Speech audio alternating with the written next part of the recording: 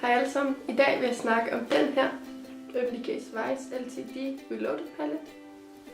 Det er en palet, hvor man ser tilbage på de sidste 20 år med Urban Decay. Så der er nogle gamle øjenskygger i, som det har ændret formlen på, og der er nogle nye øjenskygger, som der ikke har været i nogle af de andre Urban Decays paletter. Så Urban Decays øjenskygger i mange år, så vil du kunne genkende nogle af de øjenskygger, der er i. Overordnet synes jeg faktisk, at den her palet den er rigtig smuk, og jeg er meget glad for farverne, men jeg savner lidt nogle flere matte, for der er kun 3 matte i den her palet.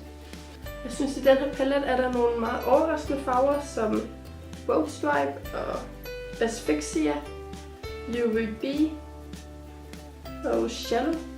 Til sidst i videoen kan I se, hvordan jeg har fået det her look, som jeg har på lige nu. Og det er første gang, jeg har brugt paletten. Og jeg synes faktisk, at øjenskyggen de blender rigtig godt og rigtig nemt. Og jeg synes, de er meget pigmenteret og nemme at bruge. Jeg er især meget tilfreds med farven Goldmine hernede, som jeg har overvejet på min øjenlåg. Og så har jeg Gash i min globe-linje.